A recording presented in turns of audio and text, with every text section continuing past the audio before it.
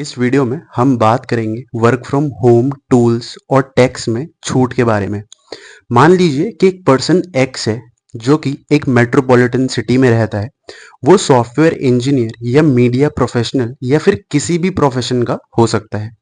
उसे काफी टैक्स देना पड़ता है क्योंकि उसकी सैलरी टैक्स के लिहाज से अनुकूल नहीं है और वे सभी अवेलेबल डिस्काउंट का दावा नहीं करते हैं। टैक्स स्पैनर का अनुमान है कि अगर पर्सन एक्स अपनी सैलरी स्ट्रक्चर को बदल ले और कंपनी द्वारा दी जाने वाली एनपीएस फैसिलिटी का फायदा उठाए और साथ ही अपनी तरफ से पेंशन स्कीम में इन्वेस्ट करे तो वो लगभग 1.35 लाख रुपए का टैक्स बचा सकते हैं।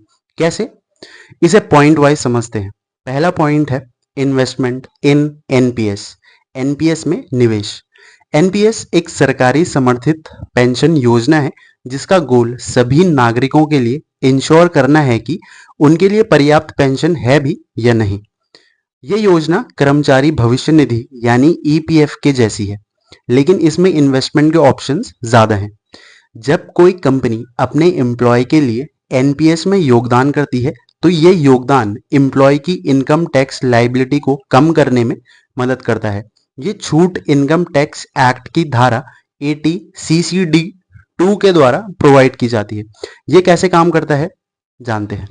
मान लीजिए आपकी कंपनी आपकी सैलरी का 10% हिस्सा एनपीएस में जमा करती है, तो ये अमाउंट आपकी इनकम में शामिल नहीं होगी और इस पर आपको कोई टैक्स नहीं देना होगा।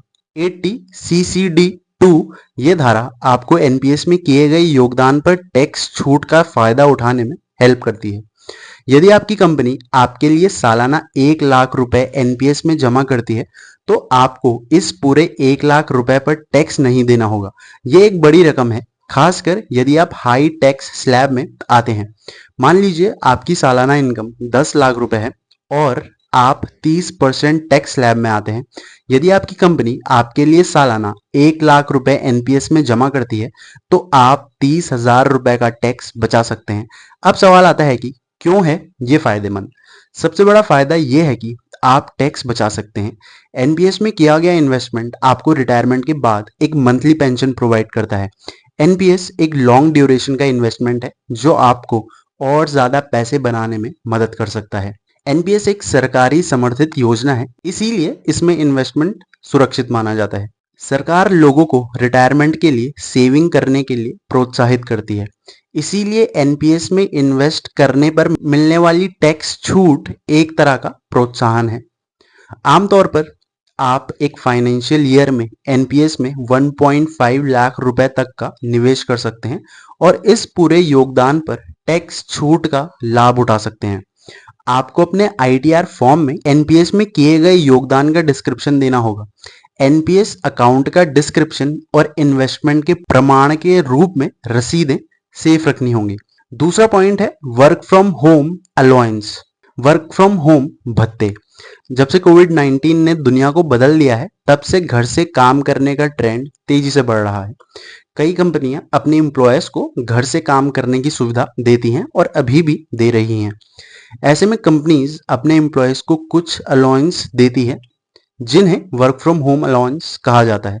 इन अलाउंस पर इनकम टैक्स लॉ के तहत कुछ छूटें मिलती हैं जिससे एम्प्लॉयज अपनी टैक्स देनदारी कम कर सकते हैं। जैसे कंपनी द्वारा दिए गए गैजेट्स और फर्नीचर। जब कोई कंपनी अपने एम्प्लॉय को घर से काम करने के लिए लैपटॉप, डेस्क, चेयर वगैरह जैसे इक्विपमेंट्स देती है तो इस पर एम्प्लॉय को केवल 10% के रेट से टैक्स देना होता है, बाकी 90% हिस्सा टैक्स फ्री होता है। कंपनियां ये मानती हैं कि ये इक्विपमेंट्स एम्प्लॉयज की व्यक्तिगत संपत्ति नहीं है, इंडिविजुअल प्रॉपर्टी नहीं है, बल्कि कंपनी की संपत्ति है जिसका यूज एम्प्लॉय कंपनी के काम के लिए कर रहा है। इसीलिए इन इक्विपमेंट्स पर कम टैक्स लगाया जाता है। और भी दूसरे अलाउंस है, जैसे यदि कंपनी एम्प्लॉय को अखबार खरीदने के लिए अलाउंस देती है तो ये अलाउंस टैक्स फ्री होता है, बशर्ते कि एम्प्लॉय अखबार के लिए बिल जमा करे। यदि एम्प्लॉय को कंपनी के काम से संबंधित यात्रा के लिए फ्यूल अलाउंस दिया जाता है, एम्प्लॉय को कंपनी के काम से संबंधित यात्रा के लिए फ्यूल अलाउंस भी दिया जाता है तो ये अलाउंस भी टैक्स फ्री होता है। उसके लिए एम्प्लॉय को फ्यूल का बिल जमा करना होता है। कई कंपनियां अपने एम्प्लॉय को घर से काम करने के लिए इंटरनेट कनेक्शन का खर्च भी देती हैं। ये अलाउंस भी टैक्स फ्री होता है। मान लीजिए पर्सन एक्स की कंपनी उसे 1.2 लाख रुपए के गैजेट्स और फर्नीचर देती है। इस पर उसे 12,000 रुपए, जो कि 1.2 लाख रुपए का 10% का टैक्स है, वो देना होगा। बाकी 1,08,000 रुपए टैक्स फ्री होंगे। मान लीजिए पर्सन एक्स को अखबार अलायंस और फ्यूल अलायंस मिलाकर सालाना 22,500 रुपए मिलते हैं, तो ये अमाउंट भी टैक्स फ्री होगी। इस तरह पर्सन एक्स कुल मिलाकर लगभग 56,200 रुपए का टैक्स बचा सकता है। नेक्स्ट और थर्ड पॉइंट है हायर एलटीए। उच्चतर एलटीए के बारे में विस्तार से। हायर लीव ट्रैवल अलाउंस एक ऐसी फैसिलिटी है जो कई नौकरियों में एम्प्लॉयज को दी जाती है। यह फैसिलिटी कर्मचारी को अपने परिवार के साथ एक फिक्स्ड टाइम के इंटरवल पर अपने होम टाउन या किसी दूसरी जगह पर ट्रैवल करने की परमिशन देती है, और इस ट्रैवल के खर्चों के लिए कंपनी से अलाउंस प्राप्त करने की फैसिलिटी देती है। इसमें पहला आता है एलटीए का क्लेम। एलटीए का क्लेम 2 सालों में एक बार किया जा सकता है। मतलब आप इस अलाउंस का क्लेम हर 2 साल में एक बार कर सकते हैं। मान लीजिए आपने 2023 में एलटीए का क्लेम किया था, तो अगली बार आप 2025 में इसका क्लेम कर सकते हैं। दूसरा, एलटीए पर कोई टैक्स नहीं लगता। जब आप एलटीए का क्लेम करते हैं तो आपको इस पर कोई टैक्स नहीं देना होता है। ये एक बड़ी सेविंग है, क्योंकि आपकी कुल टैक्स लाइबिलिटी कम हो जाती है। मान लीजिए आपने एलटीए के रूप में 50,000 रुपए प्राप्त किए। अगर ये अमाउंट टैक्सेबल होती तो आपको इस पर टैक्स देना होता, लेकिन एलटीए टैक्स फ्री होने के कारण आपको कोई फालतू टैक्स नहीं देना पड़ेगा 50,000 रुपए में। थर्ड है एलटीए बढ़ाकर आप लगभग 7,800 रुपए का टैक्स बचा सकते हैं। कैसे? एलटीए का ज्यादा से ज्यादा फायदा उठाकर आप अपनी टोटल इनकम टैक्स लाइबिलिटी को कम कर सकते हैं। इस एग्जाम्पल में हमने बताया है कि पर्सन एक्स ने लगभग 7,800 रुपए का टैक्स बचाया है। एलटीए टैक्स फ्री है, इसीलिए आपकी टोटल टैक्सेबल इनकम कम हो जाती है। जब आपकी टैक्सेबल इनकम कम होती है तो आपको कम टैक्स देना होता है ऑटोमेटिकली। एलटीए की अमाउंट कंपनी की पॉलिसीज और एम्प्लॉयज की पोजीशन के बेसिस पर तय की जाती है। आप एलटीए का यूज ट्रेन, बस या प्लेन से ट्रैवल करने के लिए कर सकते हैं। एलटीए क्लेम करने के लिए आपको ट्रैवल के टिकट, होटल के बिल जैसे चीजें जमा करनी होंगी। फोर्थ पॉइंट है एडिशनल टैक्स सेविंग्स। घर से काम करने वालों के लिए अतिरिक्त टैक्स बचत टिप्स। जहां हमें वर्क फ्रॉम होम से सुविधा मिलती है, वहीं कुछ खर्च भी बढ़ जाते हैं, लेकिन आप इन खर्चों को टैक्स बचाने के लिए इस्तेमाल कर सकते हैं। कुछ एडिशनल टैक्स सेविंग्स पॉइंट्स हैं, जिनमें से पहला है, अगर आप अपने घर का एक हिस्सा खास तौर से ऑफिस के लिए इस्तेमाल करते हैं तो आप इस हिस्से से जुड़े खर्चों को टैक्स में कटौती के रूप में दिखा सकते हैं। मान लीजिए आपके घर का एक हिस्सा या एक कमरा 100 स्क्वायर फीट का है और आपने पूरे घर का किराया 10,000 रुपए पर मंथ तय किया है। अब आप कह सकते हैं कि 100 स्क्वायर फीट का कमरा पूरे घर का 10% है, इसीलिए आप 1,000 रुपए पर महीने का किराया अपने बिजनेस के लिए दिखा सकते हैं।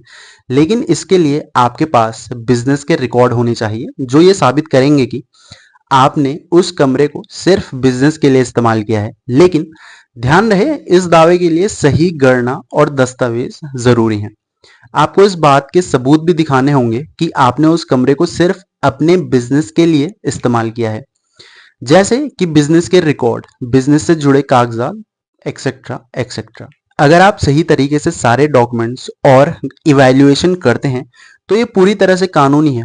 एक सीए, चार्टेड अकाउंटेंट, आपको इस प्रोसेस में हेल्प कर सकता है और ये इंश्योर कर सकता है कि आप सभी रूल्स और रेगुलेशंस का पालन कर रहे हैं या नहीं। दूसरा, कंप्यूटर, प्रिंटर, इंटरनेट कनेक्शन जैसे ऑफिस इक्विपमेंट्स को खरीदने पर आए खर्च को भी आप टैक्स में कटौती के रूप में दिखा सकते हैं।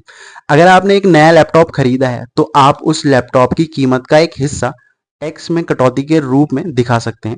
साथ ही साथ आप इंटरनेट बिल का एक हिस्सा टैक्स में कटौती के रूप में दिखा सकते हैं। अगर आपका मंथली इंटरनेट बिल 1,000 रुपए है तो आप उसका 50% हिस्सा टैक्स में कटौती के रूप में दिखा सकते हैं।